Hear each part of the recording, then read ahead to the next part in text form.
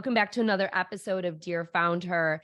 Today's guest really needs no introduction, but it's incredibly important to me that you and Bobbi know why it means so much to me to have her here on Dear Found Her.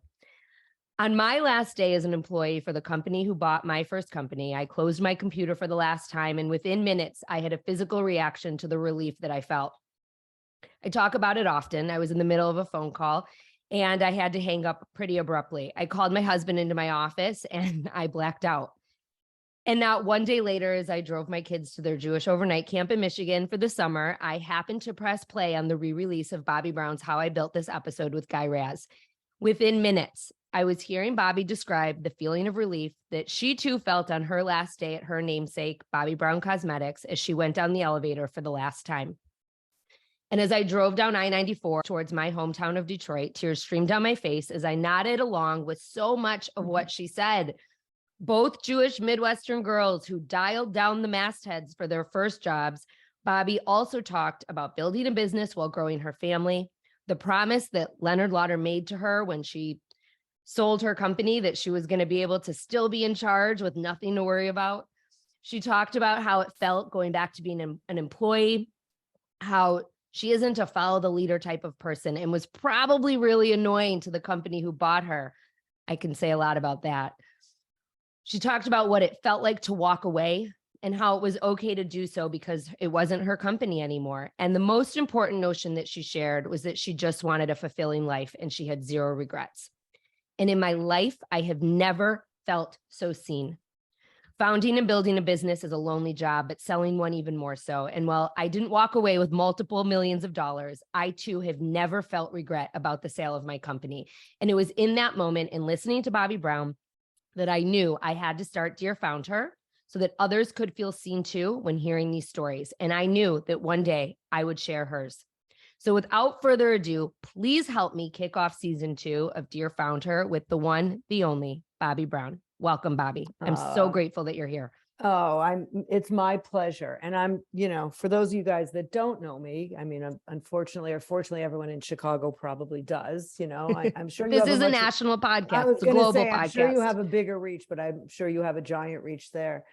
This came about because I saw an Instagram story that you posted. And where you said, my dream guest, I have one on my list, it's Bobbi. And I happened to see it. And I'm like, all right, call me. I so appreciate it. And I think it's just an example because a lot of people have said, how did you get that? And I've had some really awesome guests on the show.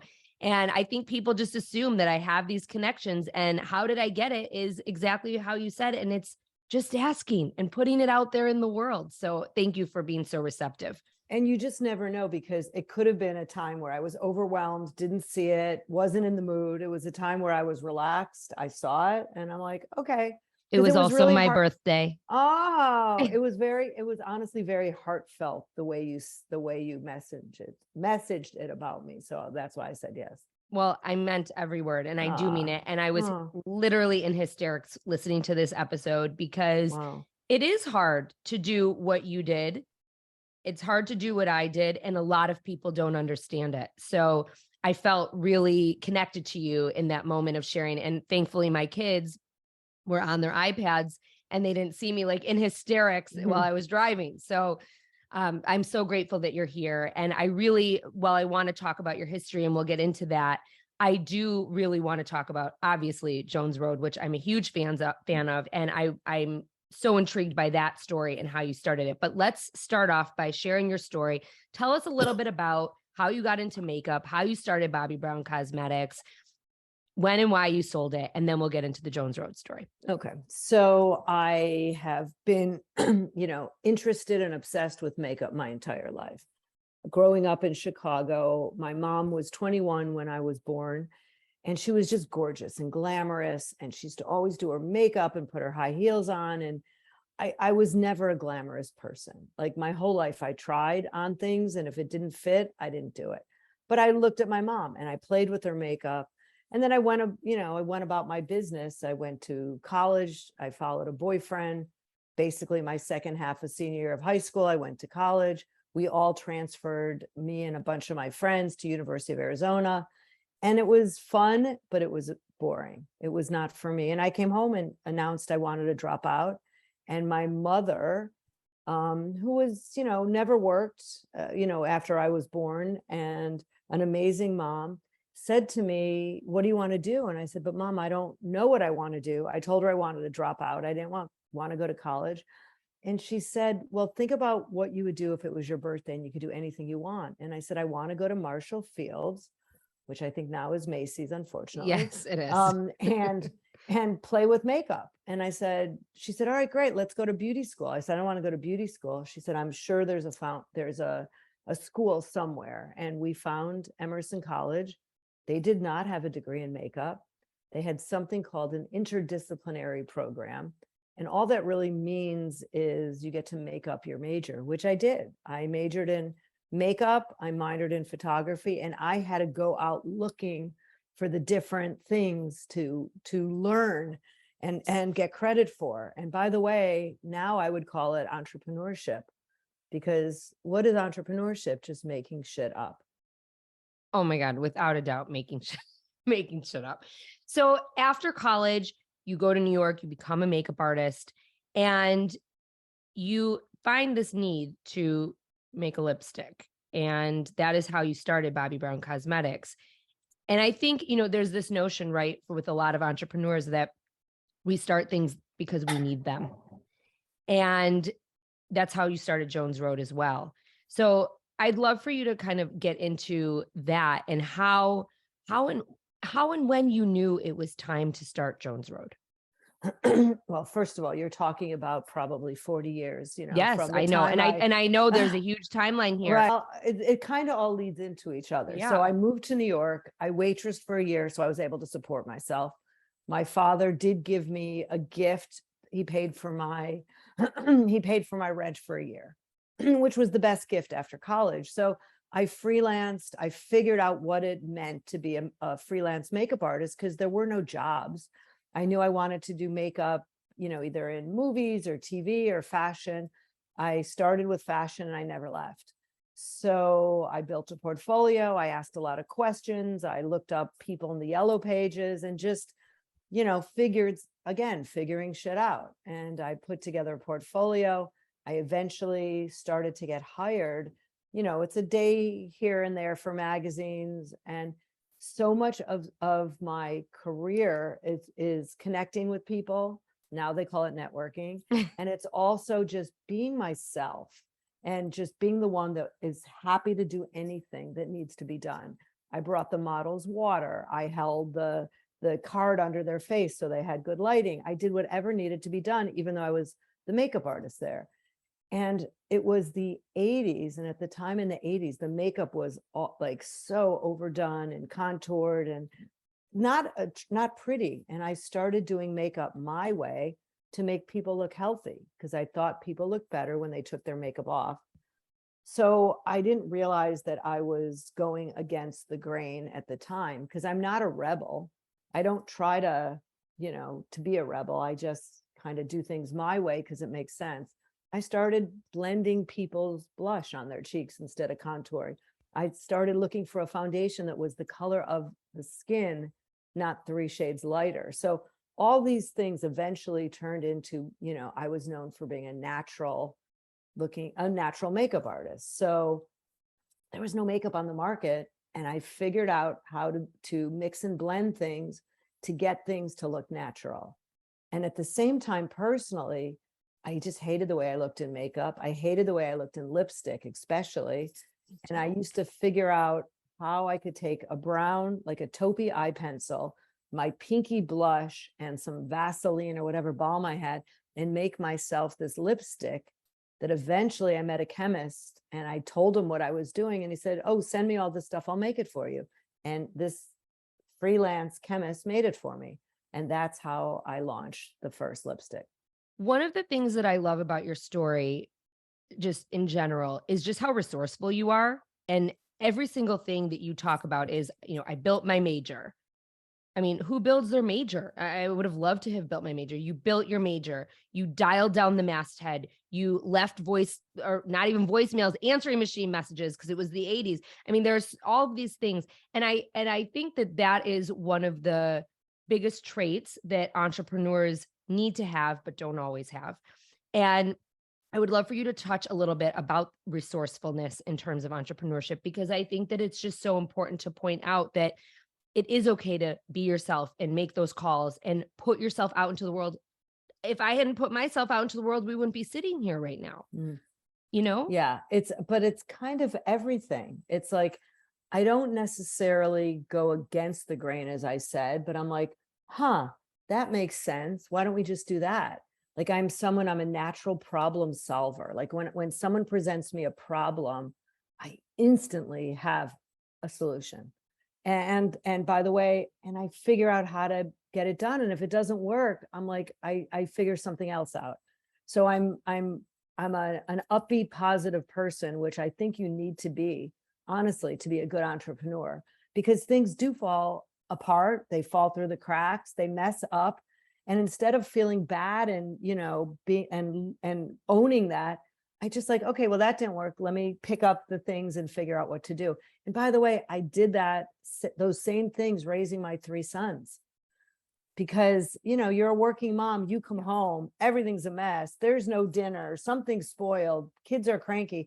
If I didn't like get my shit together that second and figure out how to put a dinner on the table, because I'm not someone that kind of thinks ahead all the time, it would be a mess. And I figured out how to make a great one pot meal in like literally 10 minutes. How did it work for you when you had to go be an employee and you were going against the grain? Well, it was so amazing because I was 34 years old. I had 2 kids. I was still living in the suburbs of New Jersey. I had a car service, so I had someone that, a driver would drive me. I was going to this very big, office, and it was still very small. Like Estee Lauder, who bought the company, was still small. There was, when we sold the company, I don't think we had a dozen employees. So it was all new for me. It was so exciting. And Leonard Lauder was the most incredible. He was the CEO then. He was the most incredible leader. He believed in me. He loved, he encouraged. Then eventually there was another CEO who just was always grateful. You made your year again. You've done so well. And honestly, those were the magic years. And that was the beginning. So I got to experience things that young people don't get to experience, invited to these like galas at the museums and sitting at Leonard's table, like meeting all his friends, like all this stuff happened. And it, my husband and I, we loved it all. We loved it all in the beginning. Well, in the beginning, and that's I think the key here is in the beginning. And what happened when it wasn't so great, and when you had to make decisions that were not necessarily what you wanted to do. I mean, I felt a lot of pressure when I was back in corporate America, and I felt like I was compromising myself often after the sale of my company. Did you feel that? Did you feel that feeling? I mean, it was icky. Well, first of all, when we sold the company, I signed a 5-year, employment contract, Right. and I kept renewing it. But then I was going to 3 years after a while, and then 2 years. But I stayed after we sold the company 22 years. I don't know very many people that No, I have done that. And honestly, I believed until the end that I still owned my company, even though I didn't, because that's the way I am. And I cared about all the things. And then it really took my 90, I think now she's 91, Aunt Alice. She was probably 80 something at the time. To call me up and say, Bobbi, it's time. All I do is hear you tell me how bad it is and how you're going to fix it. And it's time. Do something else, figure something out. And honestly, finally, I just said, you know what?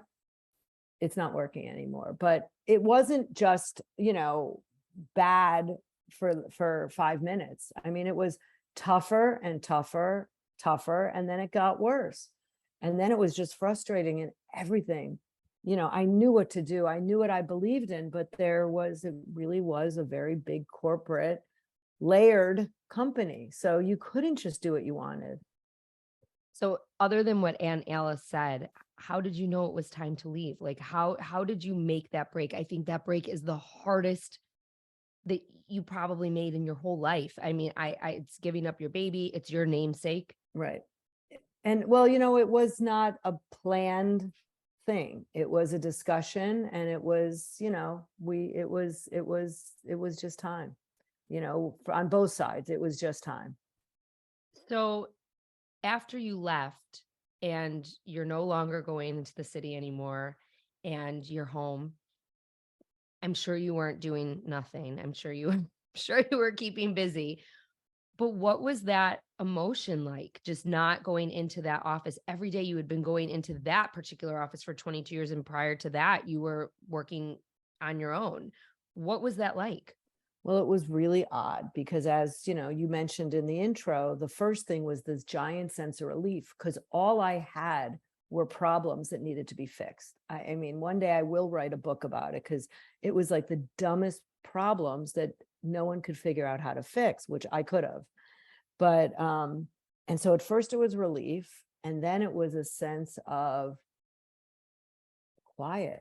And I'm not a person that likes quiet. And honestly, 2 days, I thought I was going to stay in bed with my head under the covers, you know, because it's emotional and it's sad. And, you know, Like there you was sit Shiva a little bit.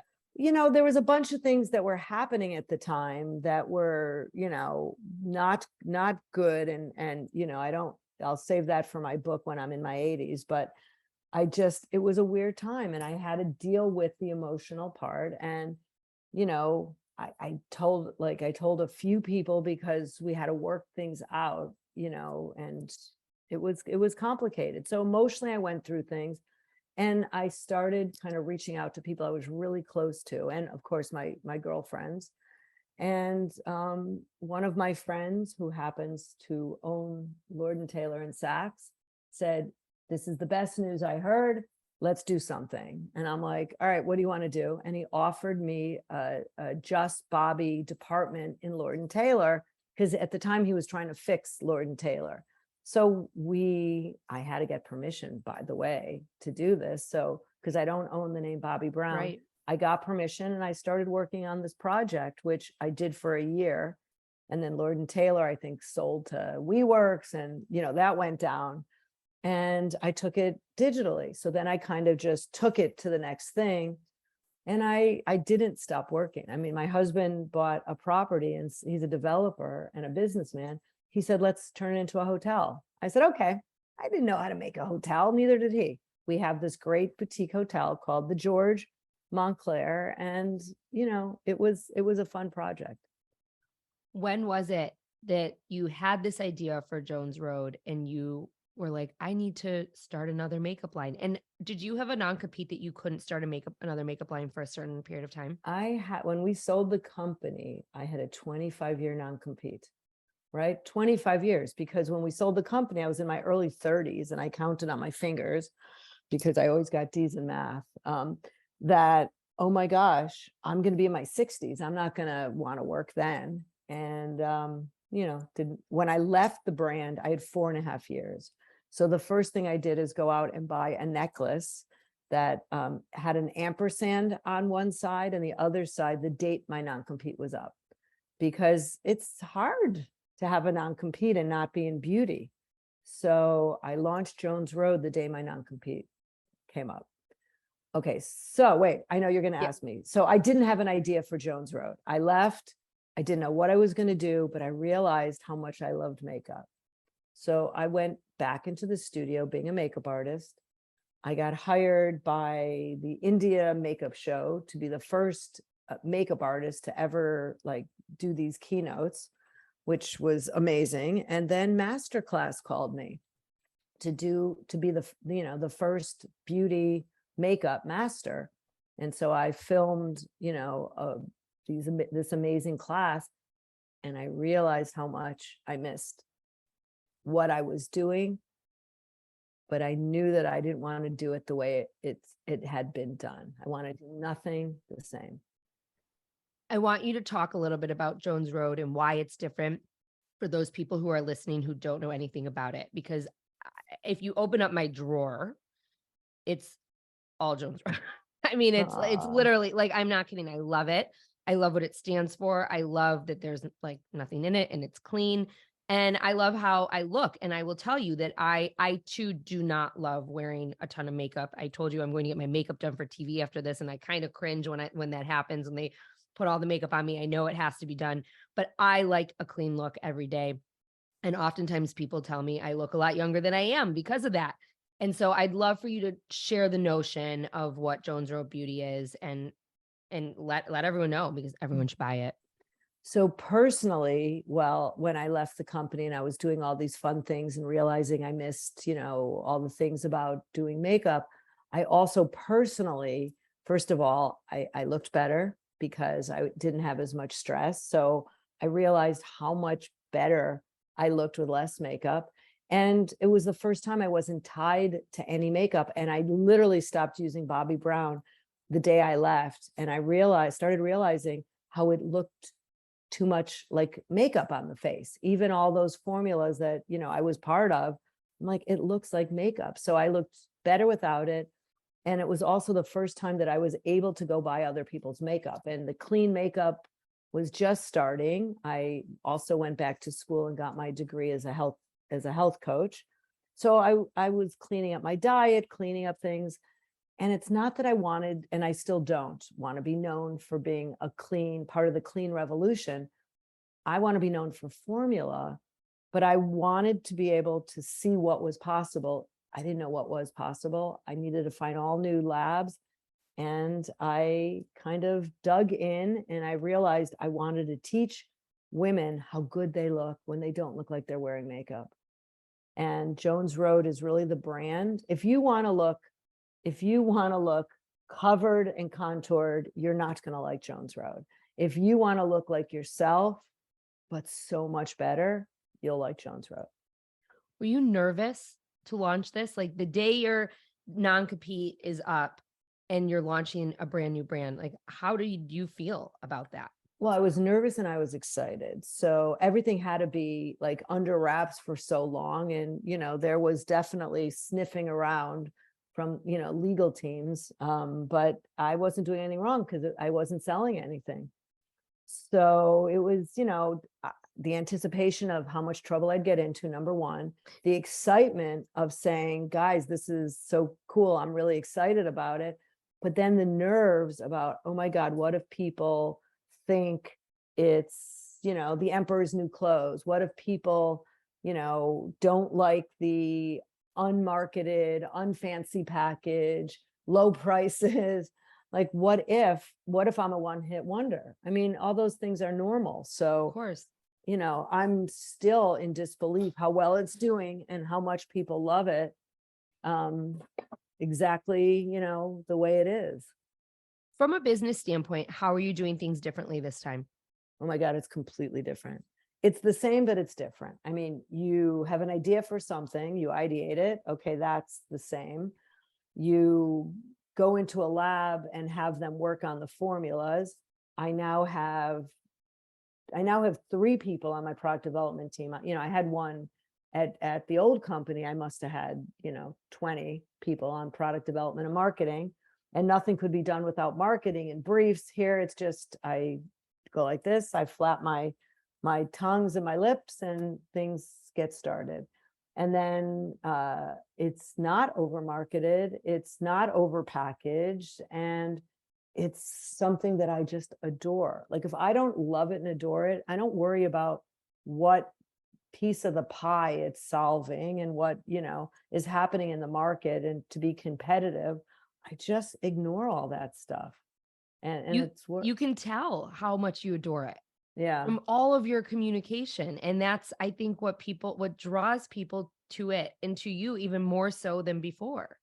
Sorry for interrupting you. No, it's fine. Honestly, when I left the company, I thought, oh my God, you get used to those things where you do the, interviews and people ask you, where do you like to travel? What do you eat for dinner? Like, that was just part of my life. And I'm like, well, I guess no one's going to want to know what I ate.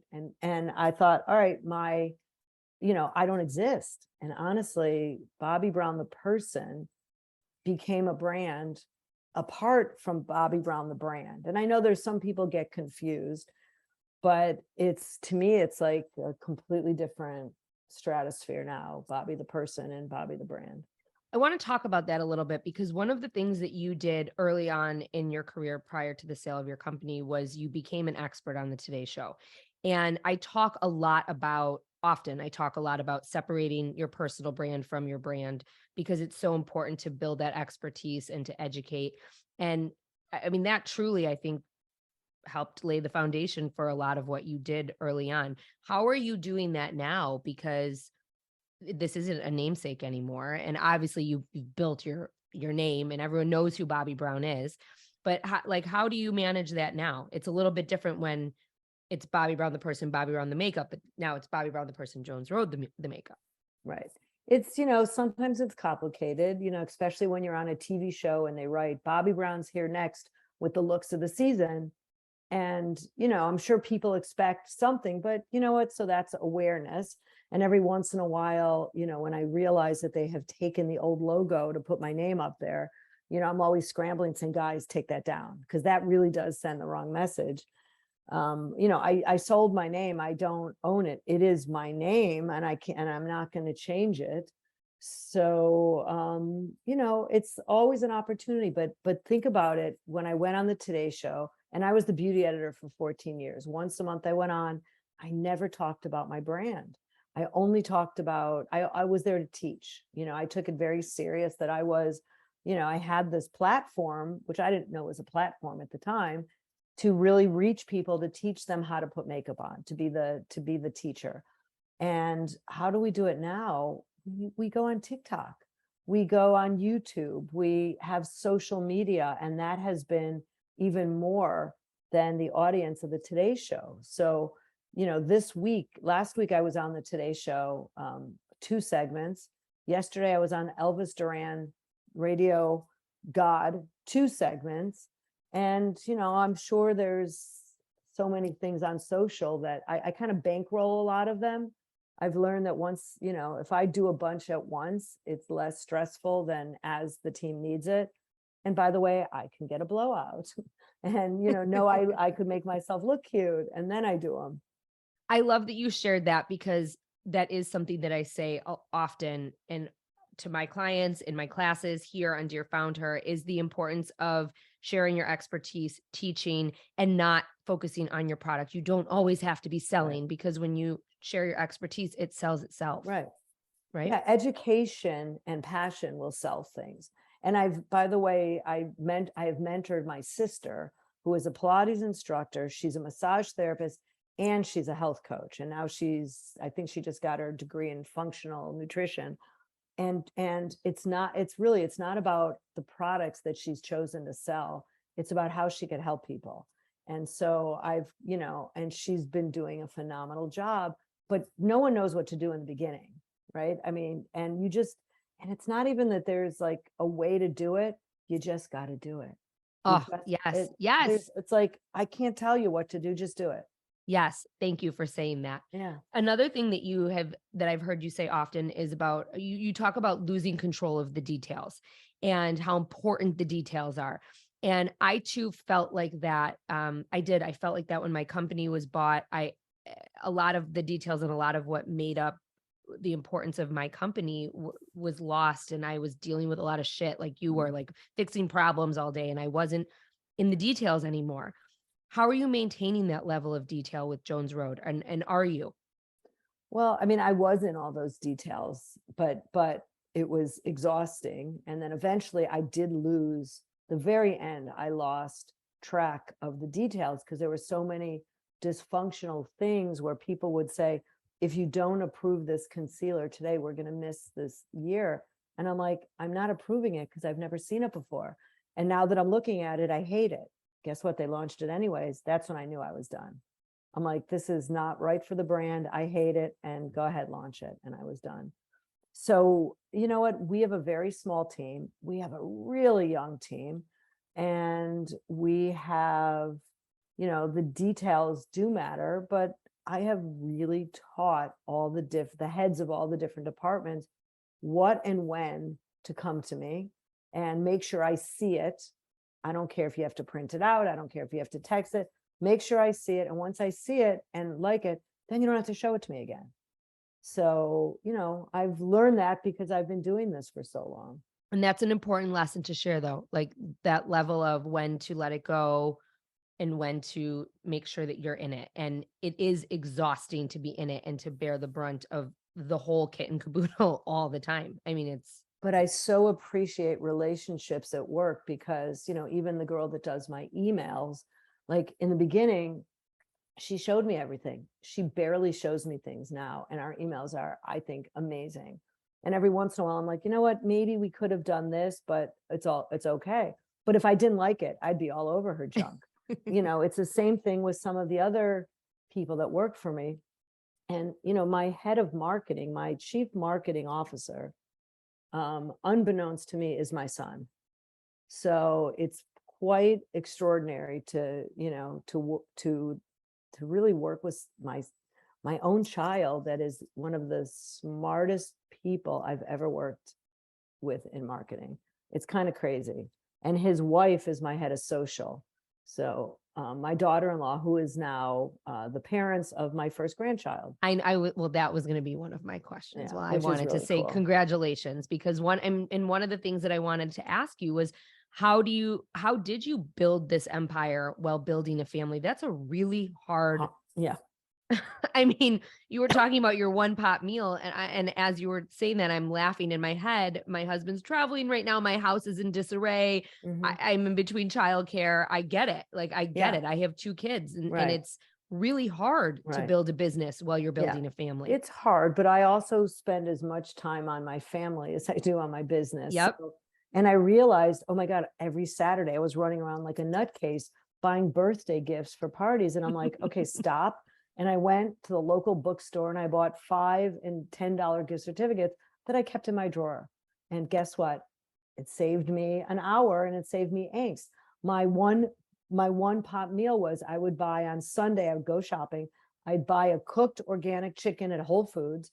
And I would, when I got home while it was still warm, I tore off all the meat, put it in a Tupperware. And then I would make a big thing of pasta, plain pasta. And then I would have frozen peas and Rayo's tomato sauce. And so in 5 minutes, I could take a bowl, put it all in, mush it together, microwave it probably, and serve it with some cheese and cracked pepper. And guess what? Everyone got dinner.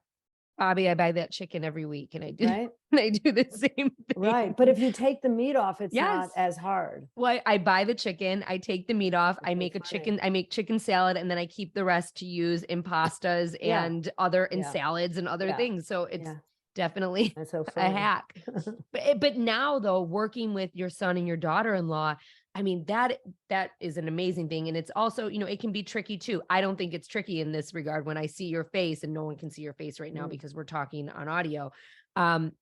You're obviously very proud of that, and you're so happy and excited about that. How is going to work with your family every day?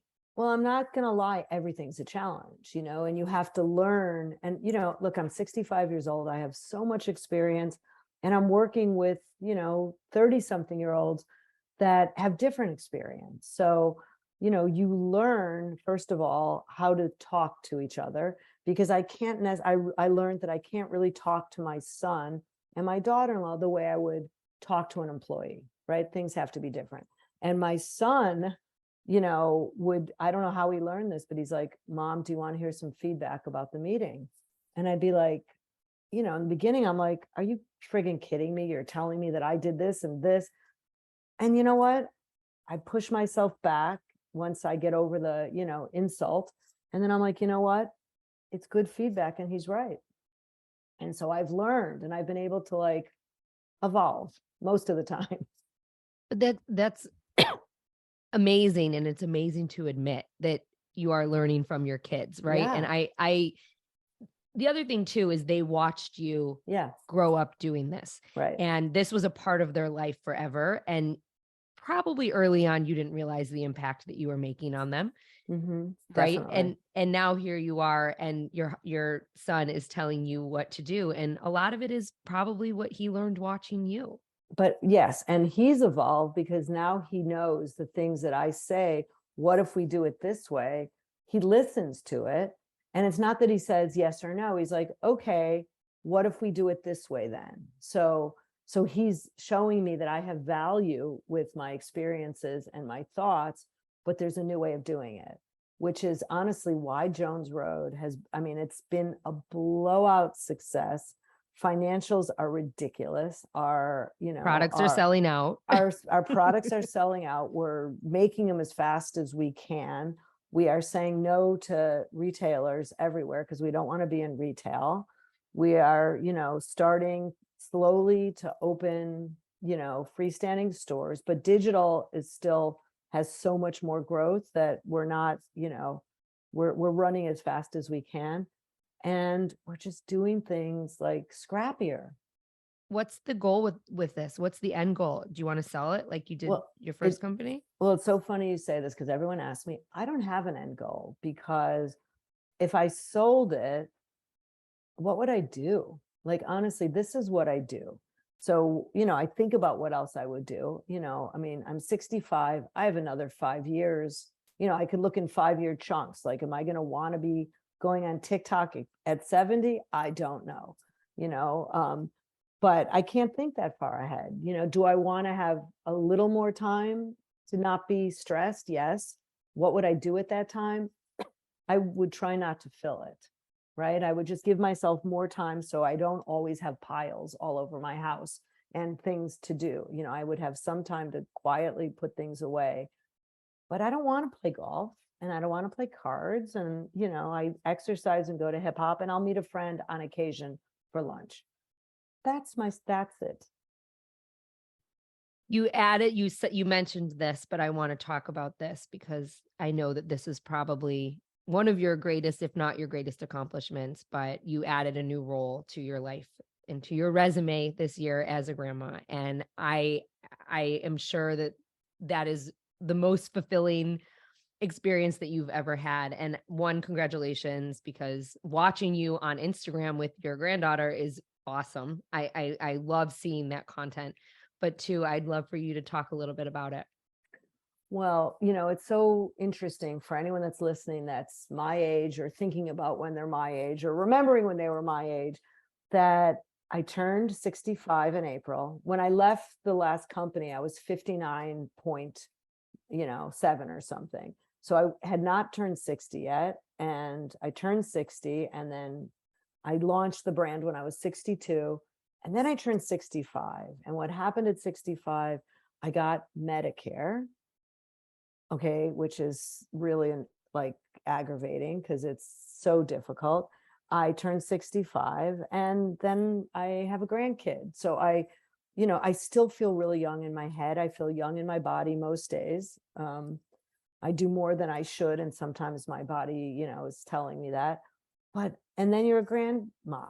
So I think of a grandma as someone who's, like my grandmother was, she was a nice little short old lady. But I'm not that, but I am. So I'm kind of like, okay, the good things about being in your 60s is you just know so much. You still have enough energy and, openness to have this really fulfilling life. My family, my friends are healthy, but then you get this grandkid and then it's just like freaky. And it's not just freaky for having the grandkid, but watching your kid be a father is the most amazing, rewarding thing. I mean, he'll always be my child, my second son, but he's become honestly one of my confidants in life.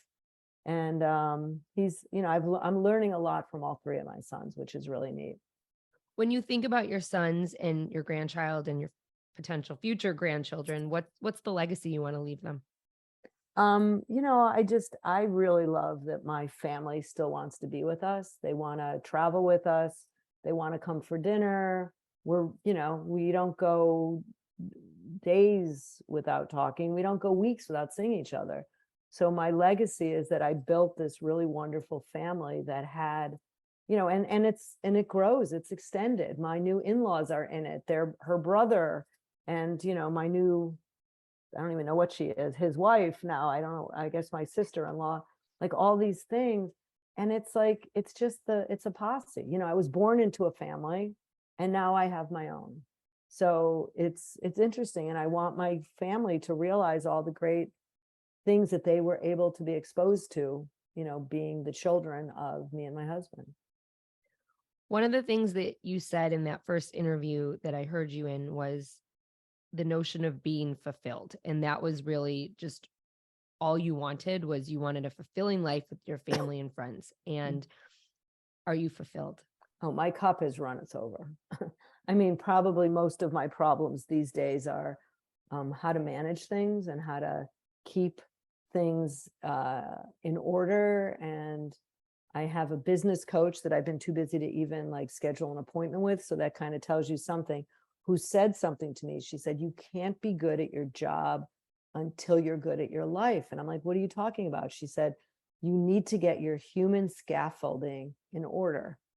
And I was like, what is that? And she goes, it's the things that hold you up. So it's everything. It's from your childcare to your housekeeper to all the support for you to do your job better. And she's right. I've got to work on some of those things to strengthen them. Oh, and that's so important. And I love that you said that, because when we talk about entrepreneurship and we talk about your team, I often say it's not just your team in the office, it's your team in your life. Right. And all of those things that you just mentioned are so important in keeping you together on a day-to-day basis. Thank you for saying that. Yeah, as is my chiropractor, my hair colorist, my hairdresser, my hip hop instructor, my trainer. It's like, honestly, it's like, and now that we're spending time in Florida, like all, 60 something year old Jewish people end up doing, I'm like, I got to build a new team because it's hard to not have them. Yes, of course. Is there a next? I don't want to say what's next, but is there a next? Of course. I don't know what it is. I don't even know, what it would be. It could be a philanthropic. It could be another, who knows, I don't know. And that's what really drives me, is not knowing and doing things I have no idea how to do. So I always end my conversations with the same question. And I feel like you could have a whole episode based on this question, because there's so much to learn and take away from you. I'm like hanging on your every word, but I always end with 3 actionable tips for aspiring entrepreneurs or female founders that they can take away from this conversation. And I think maybe for you, better yet, 3 actionable tips for starting that 2.0. Well, first of all, I'm going to start number 1 with health, because if people always say, well, how are you able to do so much? I take really good care of my health, what goes on the inside of my body. It's not just the way I look on the outside. So it's more important how I feel than how I look. And that's hard for people to understand coming from a makeup artist, beauty expert. So health is first. Number 2 is positivity. Just work and realize and pay attention to what really drives you, what makes you happy. That's really important. And number 3 is just putting in actionable steps, and they're different for everybody. So figuring out what it is you could do. And it could be as simple as, inviting people over to your house for tea and telling them about a new project you have. That's called market research. It doesn't mean, there's not a big mountain you have to go over. There's steps you have to take to reach the mountain. And once you reach the mountain, you got to find another mountain. Bobbi Brown, thank you so much for taking the time in December during your busiest time of year to talk to me and to share this knowledge and to share this wisdom. And so much of what you say, I agree with, I share, and there's no question as to why I'm so drawn to you and everything that it is that you do. So thank you so much. I so appreciate you. Oh, my pleasure. This went by really quickly. Usually I'm looking at my watch saying, when am I going to be able to do something? And it went really quickly. So I'm so glad. Yeah. You're really good at this, by the way. Oh, thank you. Yeah. Oh my God, coming from you, that means so much. You have no idea. Yeah. No, but honestly, I've done 3 or 4 podcasts I've had myself, and I'm thinking about doing another one. I'm like, I'm not as good as you are. You're really good at this. Oh my God, Bobbi. And I got that on record. Yeah. Well, I said it. So you had the option to use it or not, but I'm serious. Thank you. That you have no idea how much that means, because this project, not an accident, nothing's an accident. I really wanted to do it. I love sharing stories, but I I was unsure very much how you were like, I was like, oh, are people gonna love it? And people do, and I love it. And for me, it like, this is my cup runneth over. Truly. I mean, this podcast has connected me to so many incredible people. I mean, I never would have imagined sitting here with you, in July of 2021, when I was like dying from leaving my company. So I mean, really and truly, that means you have no idea how much it means. So thank you. I'm glad.